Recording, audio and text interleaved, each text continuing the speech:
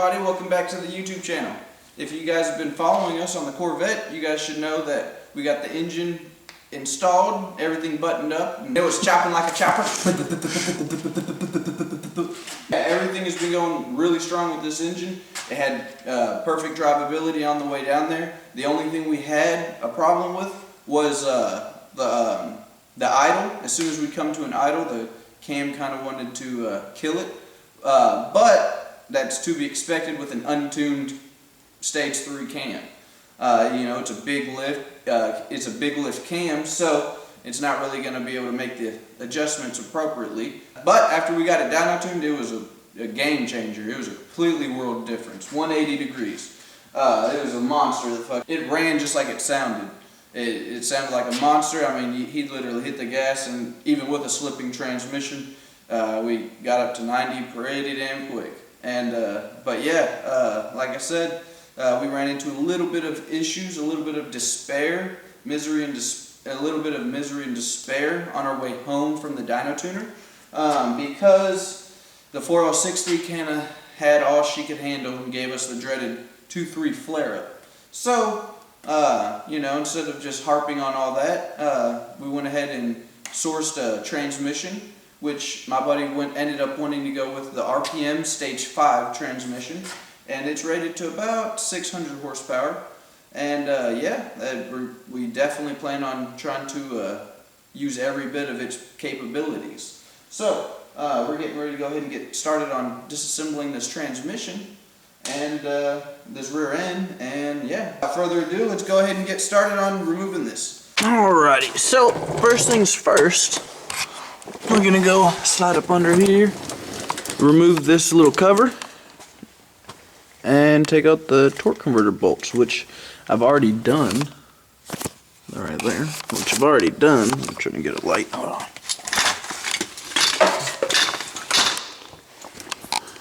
Boop. So there's the last one.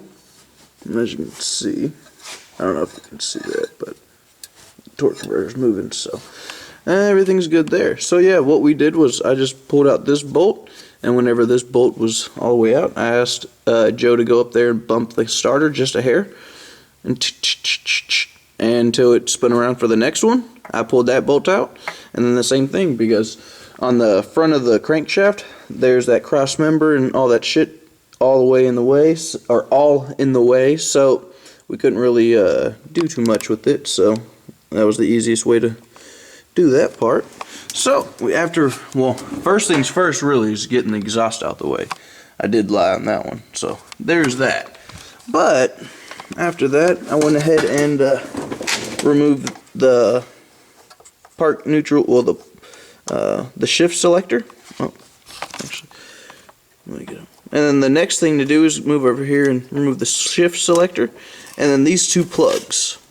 And then these two plugs right here. So if you see there's glue on them, GM put this funky glue on damn near every GM transmission, which what I use is my handy dandy torch, somewhere right there, right here, and then just barely hit it. Obviously you don't want to burn up the connectors. You can kind of see where obviously you don't want to burn up the connectors, but you can kind of see where it got a little hot, just to get the connector hot enough to melt that glue. And yeah, so it kind of sucks that they did that, but whenever these connectors bend up like that, we can heat them up again and then push them forward, and then it'll kind of retake its shape. But I don't suggest doing that until you're going to reinstall them, because whenever you're reinstalling them, you want to heat up this glue again, and then you want to heat up the connector, and then kind of push the connector down and not break it, kind of like I just did. So I'm gonna have to buy another one of those and then swap them over. But actually on this one right here, we can just, yeah, we'll be able to fix it. I'll be able to fix that. But yeah, just don't do that, because if you push on it without heating it up, it's already brittle. So yep, that was a dumb blonde moment there. No offense to the dumb blondes, but if the shoe fits, go ahead and wear it. Mr. Joe wear it. No, I'm just kidding. My little sister's a blonde, so my whole life I've been making fun of them. Alrighty. So the next thing after that is to I'll hand you to Joe and let's see what he's been doing. What you been doing, Mr. Joe Bird? Removing these shocks. He's removing these shocks. And the brake caliper. And the caliper of the brakes. E-brake cable. And the e-brake cable. It's about where we are right now with this. Round 2. Round 2, scooty scoo. So what you want to do is Am I taking these bolts off up here? These bolts here. you just ruined what I just did. Like, thank you. Yeah, shut the fuck up, Austin.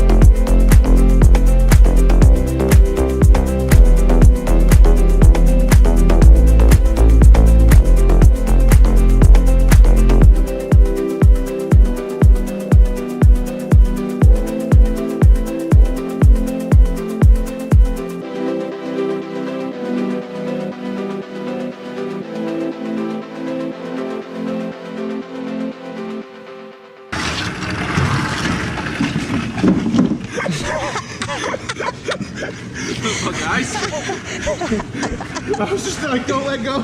Don't. Alrighty, so we got it apart, and as you can tell, we did not think this through all the way. Well, we did, but we didn't really know that there is the gear oil was going to come out the very bottom of it. Yeah. So, anyways, yeah, we got a little gear oil mess here. We're gonna have to pick up, but there's the rear diff, and yeah, if you guys didn't know, there's a tiny bolt under here. After you take off the 4 on the sides, there's one underneath the differential, and that's what we were trying to find out, and that's the reason why it's sitting up here. And as soon as we pulled it off, we got exploded on. I love the way it smells. But yeah, so there you have it.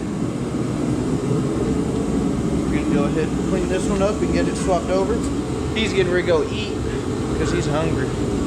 And we're about to clean up and go eat ourselves because we're hungry. And yeah, we're getting ready to hopefully do this trans job completely in one day. But we probably won't be starting it because all the part stores, because of the, you know, the beer virus, but all the part stores closed down. So we're gonna have to wait till tomorrow to go get some fluid. But yeah, we'd like to at least get everything buttoned up and wrapped up and all the hard groundwork done. So yeah, Joe's ecstatic. He's like a cheerleader at a Cowboys gang. Just does not smile. Oh, he's smiling inside. All them little butterflies in his belly.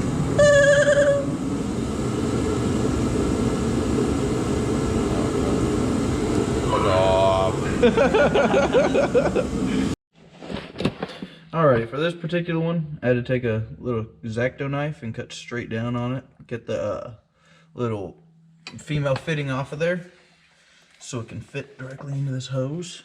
And I'm gonna cut it a little bit shorter, that way I'm not having to fight with it or not have to lose pressure going into the hose.